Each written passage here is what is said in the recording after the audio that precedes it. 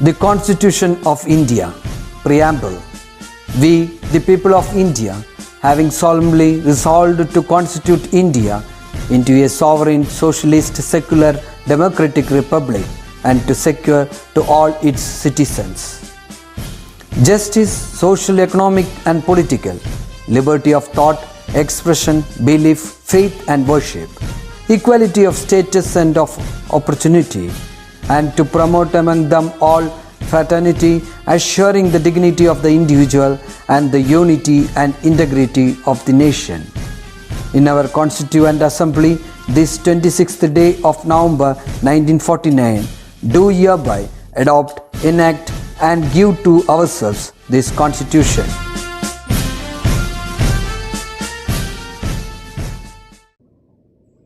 A warm welcome to chemistry class. So how are you children? Are you all staying home, staying safe? My sincere prayers and wishes to you and all your family members. So how are you engaging yourself? Last week we witnessed a multi-talented videos in our Disney Guru channel, isn't it? What diverse talents of our own children. So use this situation aptly and bring out the hidden talents in you. 2020 has been a year of awakening. It brought along with it an awakening that health is the most important thing in life. So give top priority to your health, stay home and stay safe. Shall we move to our topic? Before that, we will see what we discussed in our previous classes. We were talking about the chemical bonding between atoms. We studied two types of bonding. One was ionic, where electron transfer happens. We saw quite a few examples like sodium chloride, magnesium oxide, sodium fluoride, etc. Next we studied about covalent bonding, where electron sharing happens. We saw how covalent bonding happens in diatomic molecules. What are diatomic molecules? Yes, two similar atoms combine to form diatomic molecules.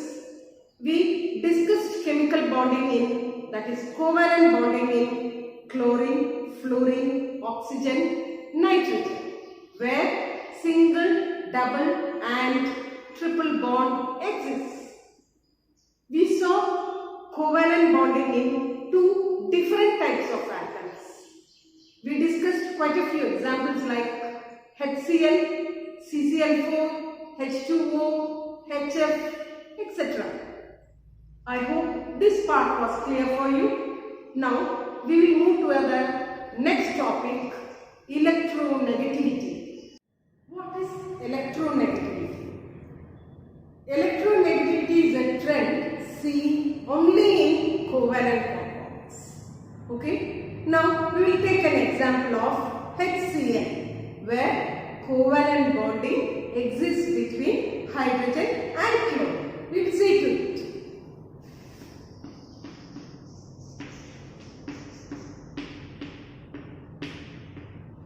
So one unpaired electron from hydrogen has got only one electron, and one unpaired electron of chlorine, they make a mutual understanding between themselves and share this unpaired electron between themselves to form a covalent single bond, isn't it? So the hydrogen has got the duplet configuration and chlorine gets the octet configuration. So this is how the bonding happens between hydrogen and chlorine. We should understand that electronegativity is a trend which is seen only in covalent compounds. Here, this shared pair of electron belongs to both the atoms, hydrogen as well as chlorine. Now, a small conflict happens between hydrogen and chlorine. Both of them tend to attract the shared pair of electron towards themselves. Hydrogen attracts shared pair of electron towards hydrogen, whereas chlorine tries to attract the shared pair of electron towards itself. Who wins? Yes. Who is stronger wins. Isn't it? Usually it's like that. How can we say or how can we identify or find out who wins here? For that, we use a scale called electronegativity scale, which was found by Linus Pauling. Usually we use Pauling's electronegativity scale. Children, here the electronegativity value of hydrogen is 2.20 and chlorine is 3.16. So who wins here? Obviously chlorine, because it has got the higher electronegativity value. So this shared pair of electron will naturally have a shift towards chlorine, as chlorine is having higher electronegativity value. So this electronegativity trend is seen only in covalent compounds. So what is electronegativity? Electronegativity is a trend, or it is defined as a tendency of atoms to attract the shared pair of electrons towards itself. Which electron? Only the shared pair of electron towards itself. So that is called electronegativity. So this electronegativity scale is based on Linus Pauling's scale. Okay, so we can see the scale. Based on this electronegativity scale, we can easily find out whether a compound is ionic or covalent. How? We have a table in your textbook, yes, where some compounds are given. Isn't it? What are the compounds? Carbon monoxide, sodium chloride, methane, magnesium chloride and sodium oxide. Now we have to find out whether these compounds are ionic or covalent. How? We will find out using the electronegativity scale. Okay? So children, we have the electronegativity values calculated and found out here. How did we do this? So carbon monoxide, as per the electronegativity scale, carbon has a value of 2.55, whereas oxygen it is 3.44. So we are subtracting the smaller one from the greater one. So 3.44 minus 2.55, the answer is 0.89. If the detected value is 1.7 and above, then the compound is ionic compound. And if the value is below 1.7, then it is covalent compound. Okay? Once again, if the detected value is 1.7 and above, then it is an ionic compound. If the value is below 1.7, then it is a covalent compound. So the first compound is carbon monoxide. Carbon has electronegativity value of 2.55, whereas oxygen has 3.44. So when you deduct, you will get 0.89, which is below 1.7. So carbon monoxide is a covalent compound. How about NaCl? We have already studied this as an example for ionic compound. We will calculate using the electronegativity values. Sodium has a value of 1.31, whereas chlorine has an electronegativity value of 3.16. So when you deduct, you will get 1.83, which is above 1.7. Okay? So it is ionic. The parameter is 1.7. That is the parameter. Okay? Now CH4, carbon, the value is 2.55. Hydrogen, the value is 2.20. So when you deduct, you get 0.35, which is below 1.7. So it is covalent. How about MgCl2? This also we have studied for in ionic compound. So magnesium, the electronegativity value is 1.31. Chlorine, it is 3.16. So when you deduct, you will get 1.85. Obviously, it is an ionic compound. So how about Na2O? Or this also we have taken as an example in chemical bonding. So sodium, the value is 0.93 and oxygen, the value is 3.44. So when you deduct, you will get 2.51, which is well above 1.7. So Na2O is also ionic in nature.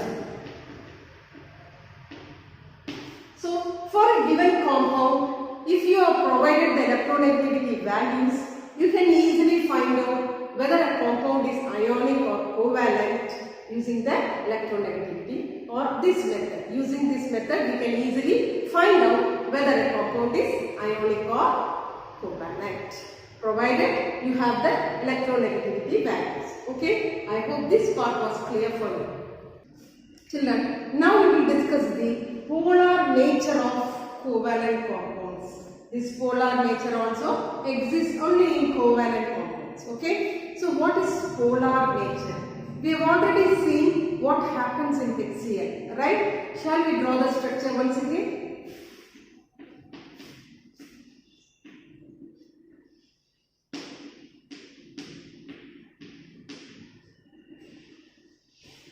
Now, as per the electronegativity scale, what happens here?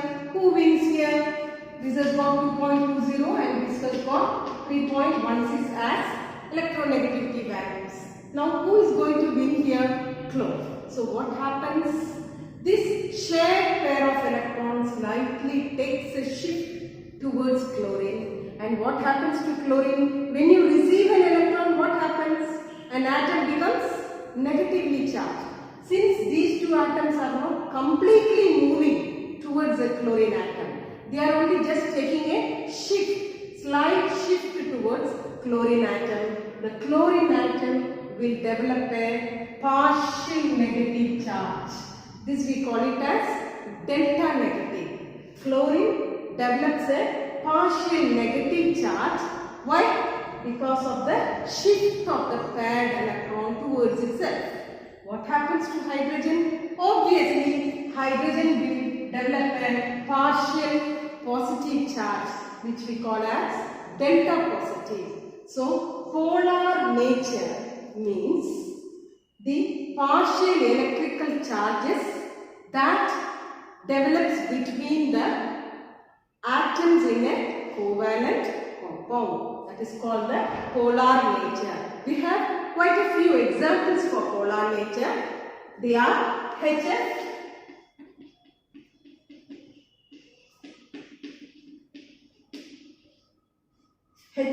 H2O and HBr.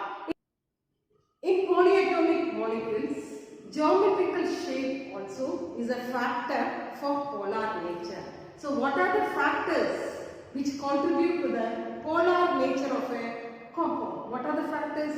One is the partial electrical charge that develops between the atoms, and the second one is geometrical shapes which is seen in polyatomic molecules. Usually these geometrical shapes are seen in H2O and NH3. NH3, I hope you know, it's ammonia. So in these molecules the geometrical shape also helps in developing polar nature. Okay, polarity of covalent compounds. So I hope you understood what is polar nature. Okay, copy both these topics in your file. Let me wind up this video session. Update your videos, update your file. Wishes to you and your family members. Bye. See you in the next video session.